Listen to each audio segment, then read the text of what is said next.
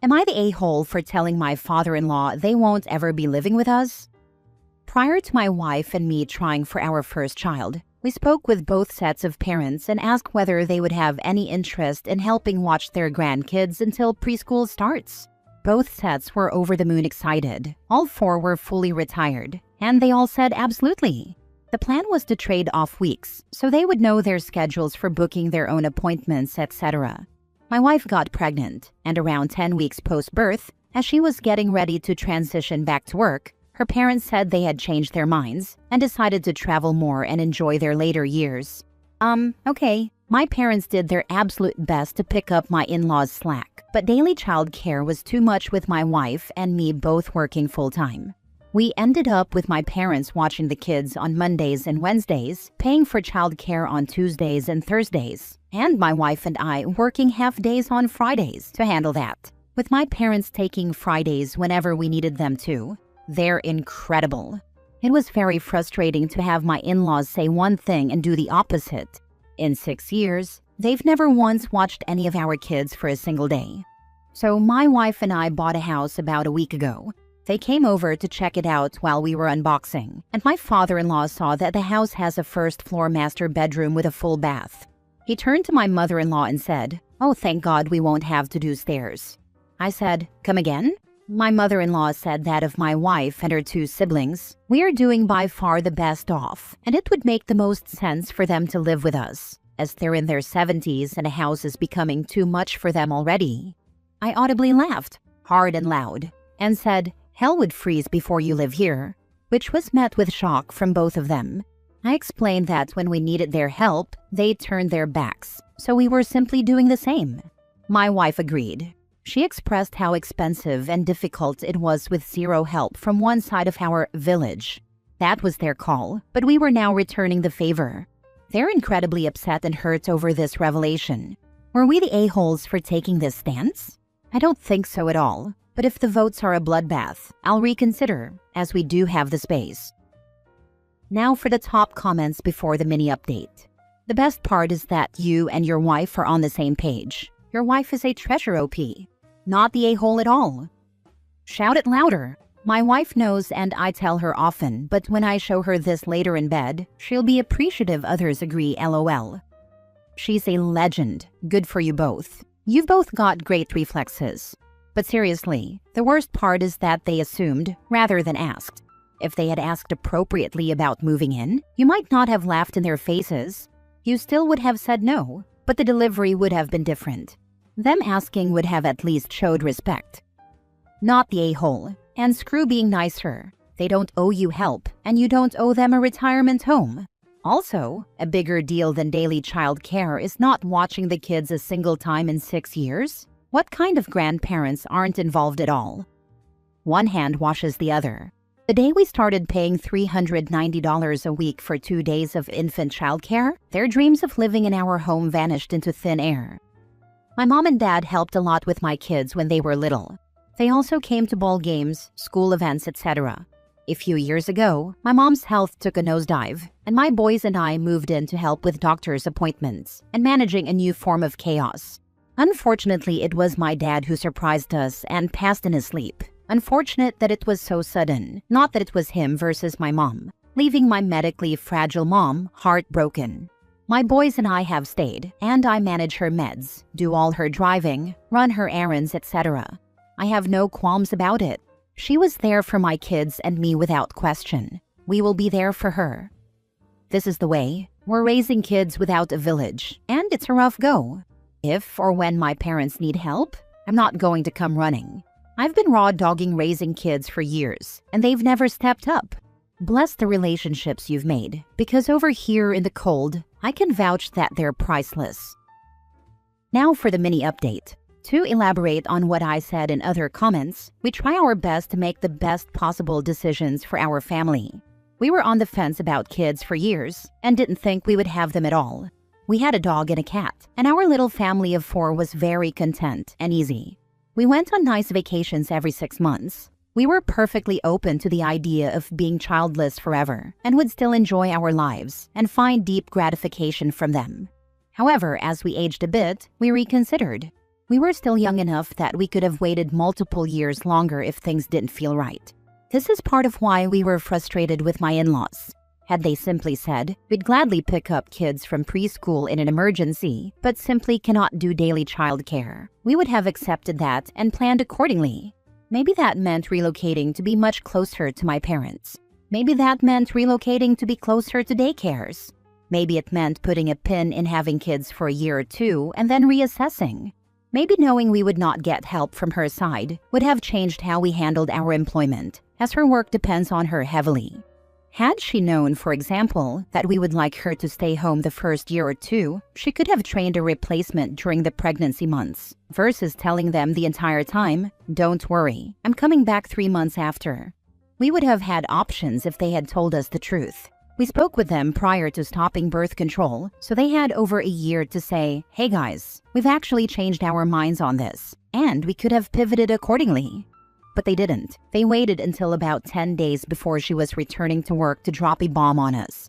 Reddit gets wound up over some topics, and I get that childcare is one of them. But ask yourself, if you ask your mom for something big a year ago, something really important, and she said with full confidence, "I'm going to ride with you, I've got your back on this," and then a week or two before said, "Nah, I'm good." Most people, if they're being honest, would say that's pretty cruel to wait until the very end to say something. To this day, we still don't know why they didn't say something 1 month earlier, 4 months earlier, or 10 months earlier. So no, we didn't imagine all grandparents would plan their lives and retirement around our reproductive plans. We did what adults do. We spoke to them about it, learned of their high excitement, checked the box that they said they'd gladly help, and then dealt with everything that followed as best as we could. Next story. Am I the a-hole for refusing to attend my sister's wedding after what I overheard her say about me? I, 26 female, need an outside perspective because my entire family is split, and I honestly don't know if I'm overreacting or finally standing up for myself. My sister Emily, 30 female, is getting married in 2 months. Growing up, we were never super close. She was always the golden child. If you know, you know, and I was kind of just there. Not ignored per se, but definitely not celebrated the same way, etc. Still, I agreed to be a bridesmaid because my mom begged me and said it would mean the world to Emily. Planning has been stressful, but nothing crazy, until last weekend. Emily had a small bachelorette weekend at an Airbnb. There were 7 of us total. On the second night, I went upstairs early because I had a headache and wasn't feeling well. Around midnight, I realized I had left my charger downstairs, so I went back down quietly because I didn't want to wake anyone who might have been asleep. That's when I overheard Emily talking to her maid of honor. She didn't know I was on the stairs. She was drunk, laughing, and said, "I only asked her to be a bridesmaid so my mom would shut up. She's always ruining things anyway. I swear to God if she shows up looking for attention, I'll lose it." Her friend laughed and said something like, "Well, at least you'll look better next to her, so..." Emily said, "Exactly. It's kind of a win-win." I froze. I felt like I couldn't breathe. For context, I've struggled with my confidence for years, especially compared to Emily. She knows this. She's made comments my whole life about my weight, my hair, and my clothes, and has always framed it as helpful advice. I went back upstairs and didn't say anything for the rest of the weekend. When we got home, I sent her a message saying I was stepping down as a bridesmaid and wouldn't be attending the wedding. I didn't explain why at first. I just said I needed space and wished her the best.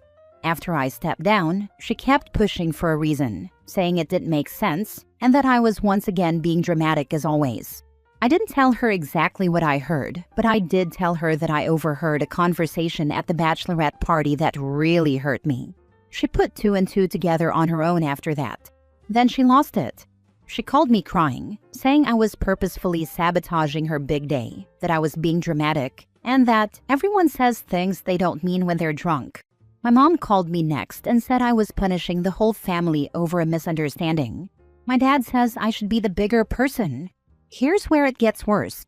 Yesterday, Emily posted in the bridesmaids group chat that I forgot I was still in, that she's heartbroken, that I'm abandoning her, and that she never meant to hurt me.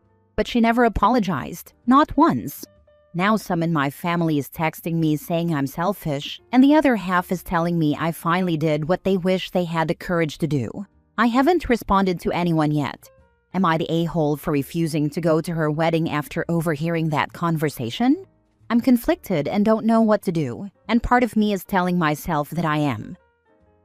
Your sister sounds like a two-faced yunt. In hindsight, you should have recorded her saying all that garbage and sent it to your whole family and her fiancé. Screw 'em all. I wish I did. My phone was dead. That's why I was going to get my charger, which led to all this BS. You can always goad her into repeating all that garbage. Arrogant a-holes love to boast and talk down to people. It wouldn't be too difficult with a little needling. Not the a-hole. No, you didn't mean to hurt me, but you did. And you didn't bother to apologize. In vino veritas. Not the a-hole. Your sister is just a mean girl type and a bitch to boot. She has done this your whole life. And sorry, but people say stuff when drunk that they wouldn't normally say when sober. You're not being dramatic. You're saving yourself from being the scapegoat when it's not a perfect day for her or whatever other BS she can dream up. Make it clear to your parents that you're done being dumped on by her and treated as a lesser person by them. If they can't see that, and if she can't be human for once and make a real apology, then they can buzz off. Next story. Am I in the wrong for refusing to sell my late boyfriend's golden Rolex to help pay for a house?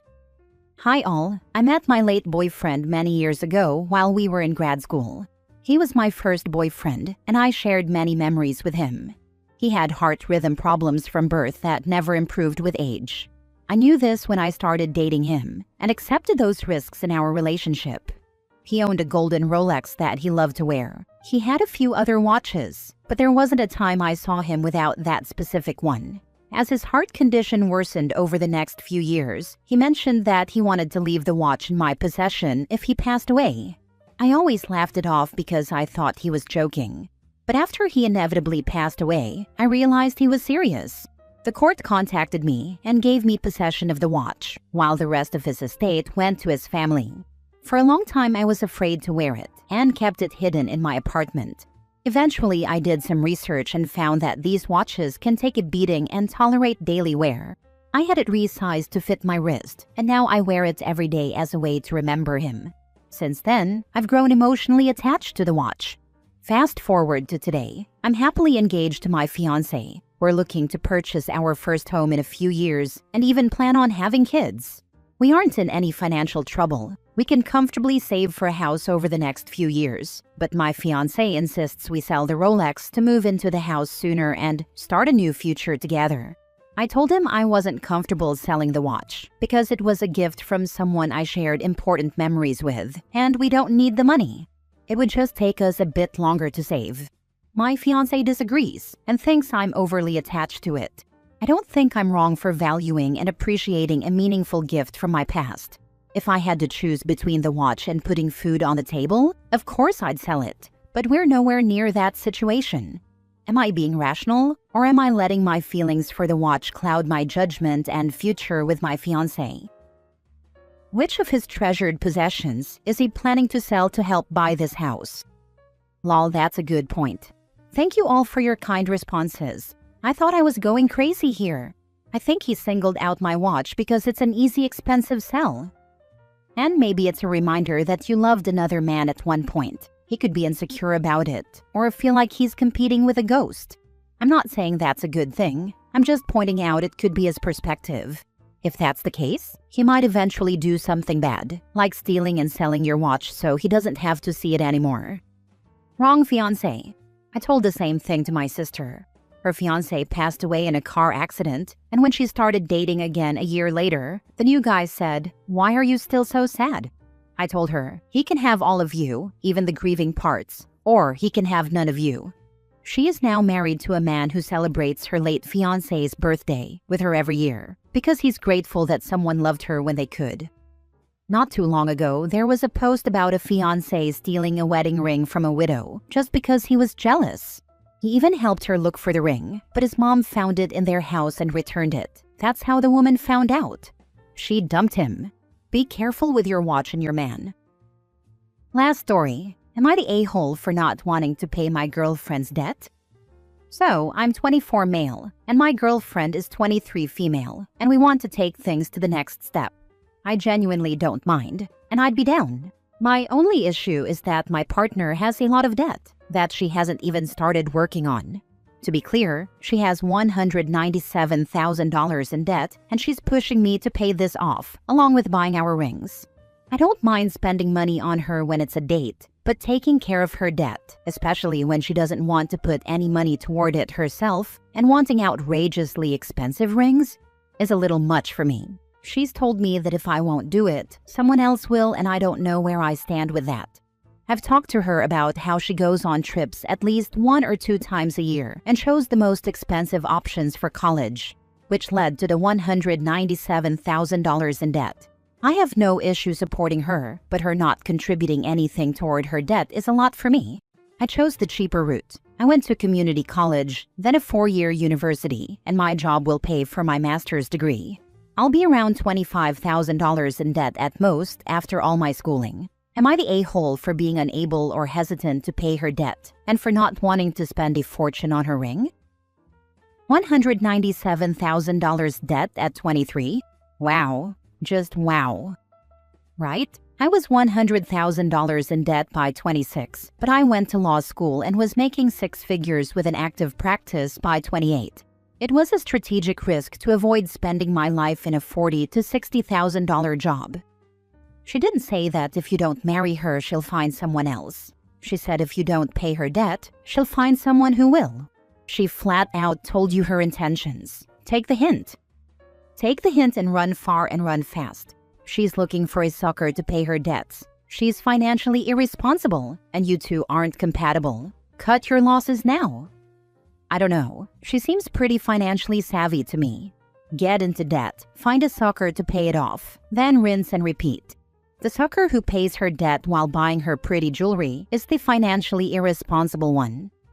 I wish I'd thought of that when I was young and pretty enough to pull it off. Damn my parents for instilling ethics in me.